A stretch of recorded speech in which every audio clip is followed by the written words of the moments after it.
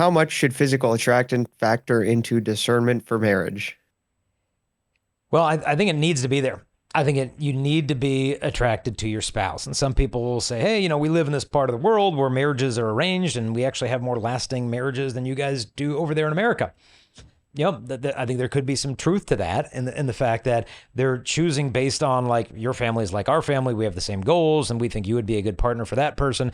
And, there's a coldness to it, almost like a business arrangement that it just doesn't feel very Hollywood and romantic. It's more just this exchange of goods and services. And so that we kind of hold back to that from that. Whereas in the Western culture, it tends to be over emotional and over romanticized and over focused on physical. And obviously, any relationship built on that foundation is going to implode anyway. And so I think we need to find some healthy middle ground, not where our parents are telling us who to marry, but we're tapping into family wisdom of like, yeah, I'm really into this girl and I'm just so attracted to her. Whereas the family might, like we agreed, like she's really pretty, but does she have a maternal bone in her entire body? Like, does she want to be a mother? Would she make a good wife? Is she a woman of prayer? Does she have virtue? Is she this? Like they sometimes can just see stuff we can't because we can get so blinded by beauty. Now, on the other side of the spectrum, some people might say like, look, this person has all the qualities I want, but I'm really not attracted to them. Sometimes that changes in time. I had mentioned before how I knew of a woman, this guy asked her out and she said, no, I just see you as a friend. And he's like, okay, kind of stung, but he accepted and appreciated the fact that she was clear about that. A year passed and they spent more time together and he decided to shoot his shot again. And again, she politely turned him down and said that she just sees him as a friend. Okay, and he just focused on the friendship and lived his life. And then a year later, kind of circled back and they'd gotten to know each other even better. And then again, he asked her on a date and she's like, yeah, let's go. Not because she was desperate, but because over time she did begin to find him more attractive. And they ended up going on a date and she fell totally in love with him in time and they got married and have a super happy marriage.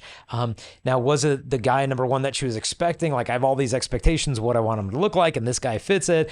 But no, like she really fell in love with him as a human person. And how much better is that than someone who has love at first sight, but it's really what the person looks like? Because you can't really will the good of another and know all their virtues and vices at first sight. No, it's just an instant attraction is what that is. And it's much better that you become attracted to the person over time than attracted to what they look like, and then over time discover you're not actually attracted to the human being themselves, because that's going to stay put. Looks are going to come and go. The person stays who the person is. And so you've got to really weigh, am I focusing too much on the physical? And some people are made to feel guilty if like, no, I don't find this person physically attractive at all. Well, there's probably someone out there who does, and I think they deserve to be with that person. I mean, I would want to be with the person who finds me attractive, just as, I find my wife attractive. To me, that's just a part of marriage, and it's healthy, and we shouldn't feel guilty about desiring that, or you're superficial because you just want a woman you're attracted to. It's like, no, that's healthy. That's normal. And so I think those who are seeking a spouse would do well to make yourself attractive in the way that you dress, in your social interactions, in the fact that you're in shape, you're healthy. You don't need to be anorexic. You don't need to be Mr. Universe, but be healthy. Hit the gym. Like, as a man, I think you should be physically capable of defending your wife. I mean, right now in Arizona, it's the rut, meaning all the elk are out there bugling in the woods and trying to find a girlfriend and all that. And they're all smashing their antlers together. It's a really amazing thing to go watch. And they've got these incredible antlers, 5 feet long with all these tines. They're smashing into each other because the big guy wins. The big guy's like, no, I win because I need to pass on my genes for the well-being of this species so that whoever the strongest one in gets to reproduce with the cows. And then that passes on the strongest genes. And, from an evolutionary biology perspective, it's best for everybody. And whether we realize it or not, it's at play in the human person, where when a woman looks, she wants to find a man that's a protector and a provider. Can this man secure resources for me when I become pregnant? And even if a woman says, well, no, I don't want to have kids, I just want to be an independent woman, I think deep down she's still looking for this. Like, will a man protect and provide for me? If we're walking through a parking garage late at night, do I feel secure with my arm wrapped around his? Or do I feel like I'm going to have to ward off the bullies if they come to us in this dark alley? So I think a guy should be working out if he wants to find a spouse. If you want to learn some jujitsu on the way, go for that. Like, learn these skills. It will make you more attractive to the opposite sex, but obviously don't stop there. Become attractive as a human person, grow in virtues, grow intellectually, read intellectually stimulating books, develop hobbies, like become an interesting human being all around. So that way you're not just focusing so much on the physical. I'm eating my creatine and my drinks, and I'm hitting the gym 5 times a week and taking testosterone booster.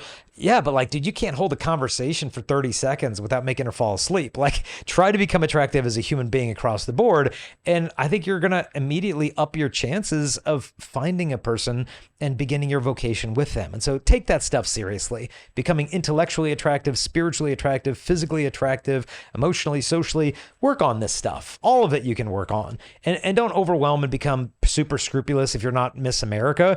There's only one most beautiful woman in the world. There's only one most handsome man in the world. I'm not him. I'm fine with that. It's like, it's not a contest to like see who can stand on top of the whole pile. I'm just going to try to become the best human being I can be, a person that I would respect if I were someone else, and just live as God wants me to live. Do that stuff. Be at peace, and don't feel guilty if you're wanting to end up with someone who you actually find physically attractive. Hey, if you enjoyed that clip, I'd encourage you to please like, subscribe, share, comment. That helps show it to more people. And then also submit your question at the email live@chastity.com, or submit your question or call in through our Discord server so we can talk to you in person on our next show.